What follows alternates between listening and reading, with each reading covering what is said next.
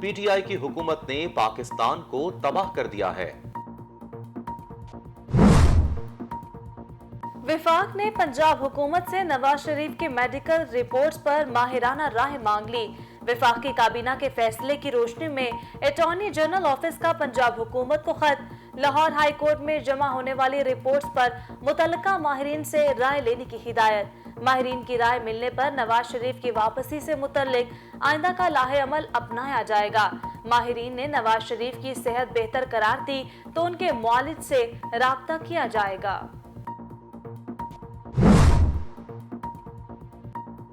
F آئی اے کی money laundering تحقیقات Lahore high court میں چیلنج، شہباز شریف نے درخواست دائر کر دی۔ ایف آئی اے کی تحقیقات کو غیر قانونی قرار دینے کی استدعا، ایف آئی آر خارج کرنے کی بھی درخواست۔ ایف آئی اے نے بدنیتی پر تحقیقات شروع کی، جیل میں شامل تفتیش بھی کیا گیا۔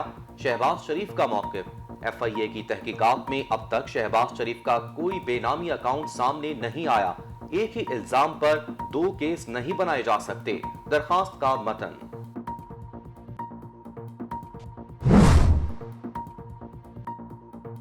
رکن پنجاب اسمبلی بلال یاسین پر قاتلانہ حملے کرنے والے 2 شوٹر گرفتار۔ ملزمان کو لاہور کے علاقے شادرہ سے خفیہ آپریشن کے بعد گرفتار کیا گیا۔ کل صبح شناخت پریٹ کے لیے عدالت میں پیش کیا جائے گا۔ ملزمان کی گرفتاری کے لیے سی آئی اے نے 10 مختلف مقامات پر چھاپے مارے۔ 31 دسمبر کو بلال یاسین پر قاتلانہ حملہ ہوا جس میں وہ شدید زخمی ہو گئے تھے۔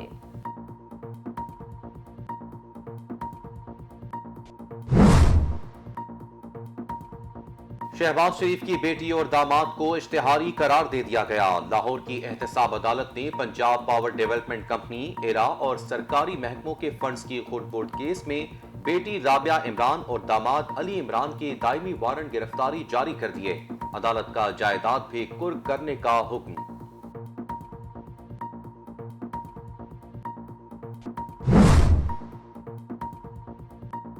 عمران حکومت دن بہ دن اپنی نااہلی سے ملک کو ڈبو رہی ہے۔ لیگی رہنما احسن اقبال کی پی ٹی آئی پر تنقید، کہا اسٹیٹ بینک قانون کے بعد پاکستان غلام ملک بن جائے گا۔ شوکت ترین نے آئی ایم ایف کے ساتھ پہلے سے بھی بدتر معاہدہ کیا، بیرونی سرمایہ کار پاکستان سے مزید پیچھے ہٹ جائیں گے۔ احسن اقبال نے ملک میں گندم کے نئے بحران کی بھی پیش گوئی کر دی، بولے حکومت نے کسانوں کو بروقت کھاد مہیا نہیں کی۔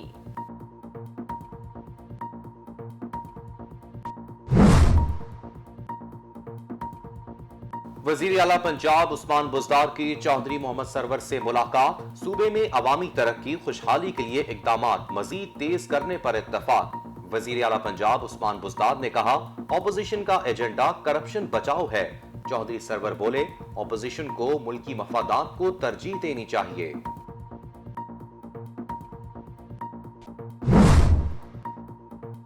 اسلام آباد میں جوڑے پر تشدد کیس، مدعیہ کے انکار پر حکومت کا کیس کی خود پیروی کرنے کا فیصلہ۔ ملزموں کے خلاف ناقابل تردید ویڈیو اور فورینزک شواہد موجود۔ خواتین کو بے لباس کرنے والوں کو نہیں چھوڑیں گے، پی ٹی آئی کی پارلیمانی سیکرٹری ملکہ بخاری کا ٹویٹر پر اعلان۔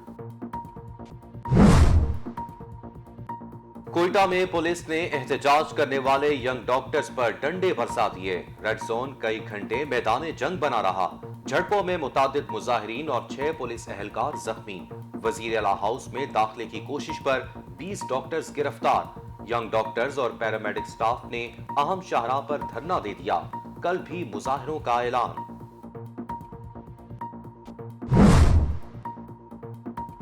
حیدرآباد میں کچی شراب پینے سے مزید 7 افراد جاں بحق، مرنے والوں کی تعداد 11 ہو گئی۔ اموات میں اضافے کا امکان، غیر حالت ہونے پر مزید 7 افراد ہسپتال منتقل۔ جاں بحق ہونے والوں کا تعلق ماچھی گوٹ سے ہے۔ ڈی آئی جی نے واقعے کی تحقیقات کے لیے کمیٹی قائم کر دی۔ زیر علاج مریضوں کی حالت خطرے سے باہر ہے۔ A M S emergency doctor Hakim شیخ۔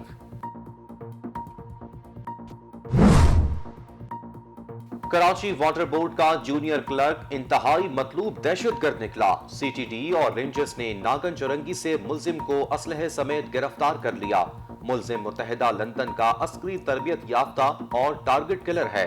دہشت گرد کا پولیس اہلکاروں کو بھی شہید کرنے کا اعتراف۔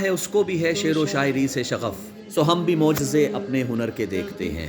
یہ معجزاتی ہنر رکھنے والا شاعر سید احمد شاہ اپنے قلمی نام احمد فراز سے جانا اور پہچانا گیا، اور پہچان کی اتنی بلندیوں پر پہنچا کہ انہیں خود کہنا پڑا، اور کتنی محبتیں تجھے چاہیے فراز، ماؤں نے تیرے نام پہ بیٹوں کا نام رکھ دیا۔ جی ہاں، شہرت، عزت اور محبت کا اتنا بام عروج شاید ہی کسی کے نصیب میں آیا ہو کہ 2 دہائیوں تک بیٹوں کا سب سے خاص نام فراز قرار پایا۔ انقلاب اور رومان کا نہایت حسین امتزاج، جس کے انقلاب میں رومان تھا اور رومان میں انقلاب۔ احمد فراز 12 جنوری 1931 کو پیدا ہوئے۔ آپ اردو شاعری کے ساتھ ساتھ اسکرپٹ رائٹنگ بھی کرتے رہے۔ اکادمی ادبیات اردو اور نیشنل بک فاؤنڈیشن کے چیئرمین کے عہدے پر بھی فائز رہے، اور اردو ادب کے فروغ اور ترویج کے لیے گراں قدر خدمات سر انجام دی۔ تو شاید کبھی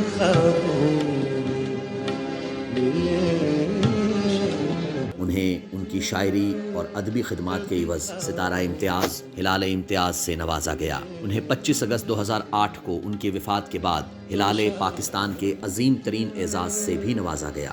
احمد فراز کا پہلا شعری مجموعہ تنہا تنہا انہوں نے اپنے کالج کے ایام میں لکھا۔ محبت اور خوبصورتی کی پرستش ان کی شاعری کا مرکزی موضوع رہا۔ جانا جانا ہو، تنہا تنہا ہو۔ فراز کی شاعری میں انقلاب کی آواز کی گونج تو سنائی دیتی ہے، مگر وہ انقلاب بھی رومانوی اسلوب اور الفاظ کے گھیرے میں نظر آتا ہے۔ فراز کا انقلاب بھی فیض اور جالب کی روایات کی طرح ایک الگ خوبصورتی رکھے نظر آتا ہے۔ بات چاہے ان کی جلاوطنی کی ہو یا ان کی اقتدار کے ایوانوں سے مزاحمت، ان کی شاعری، ان کے الفاظ نہایت شاندار مجازی رنگ لیے ہوئے ہیں۔ سلسلے توڑ گیا وہ سبھی جاتے جاتے، ورنہ اتنے تو مراسم تھے کہ آتے جاتے۔ الفاظ کا پے در پے استعمال، اسلوب کی خوبصورتی اور بعض اوقات مابعد الطبیعیات کا ہلکا سا رنگ ان کو دیگر ہم اثر شعراء سے ممتاز کرتا ہے۔ انقلاب کے ساتھ ساتھ مشاعروں کی جان، جوان لڑکوں لڑکیوں کے جذبات میں سانسوں کی طرح دھڑکتی فراز کی شاعری انقلاب اور رومان کا حسین اور انوکھا امتزاج نظر آتی ہے۔ جو چل سکو تو کوئی ایسی چال چل جانا، مجھے گماں بھی نہ ہو اور تم بدل جانا۔ احمد فراز 25 اگست 2008 کو طویل علالت کے بعد گردوں کے عارضے میں مبتلا ہو کر اس جہان فانی سے کوچ کر گئے، مگر ان کا نام، ان کی شاعری اردو ادب میں میر، غالب، اقبال اور فیض کے ساتھ شاعری کے ایوانوں میں رکھی اور پڑھی جائے گی۔ سلسلے توڑ گیا وہ سبھی جاتے جاتے، ورنہ اتنے تو مراسم تھے کہ آتے جاتے، شکوائے ظلمت شب سے تو کہیں بہتر تھا، اپنے حصے کی کوئی شمع جلاتے جاتے۔ دوسری جانب آپ کو بتاتے چلیں کہ سندھ کے وزیر اطلاعات سعید غنی نے عظیم پورہ میں جلسے سے خطاب کرتے ہوئے کہا کہ آئندہ بلدیاتی الیکشن میں کراچی کا میئر پیپلز پارٹی کا ہوگا، ہم کراچی کا نقشہ ہی بدل دیں گے۔ تفصیلات کراچی سے اس رپورٹ میں۔